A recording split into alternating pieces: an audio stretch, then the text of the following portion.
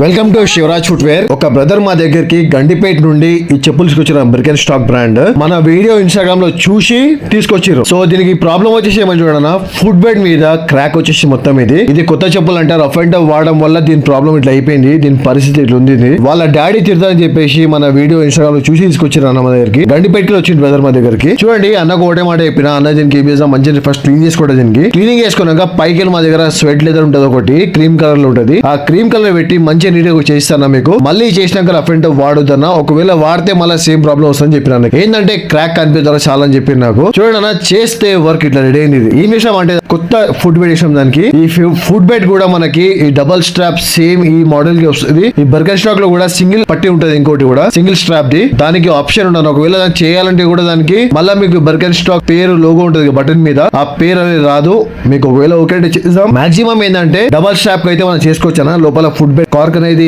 Crack వచ్చి damage ఏమైనా అయిందంటే చేసుకోవచ్చు మనము. సో చూడన్నా, మన దగ్గర ఏమో సరే జెన్యున్ గా వర్క్ ఉంటది. మేము వాడే క్వాలిటీ కూడా 100% లెదర్ ఉంటది. అట్లయితే మనం పనిచేస్తామన్నా. మన శివరాజ్ ఫుట్వేర్ లో ఏమున్నా సరే అన్న జెన్యున్ గా మీ నమ్మకంతో వస్తారు కాబట్టి ఆ నమ్మకంతో మనం పనిచేస్తాము. మా పని కనుక నచ్చినట్టయితే ఒక లైక్, షేర్, సబ్స్క్రైబ్ చేసుకోండి.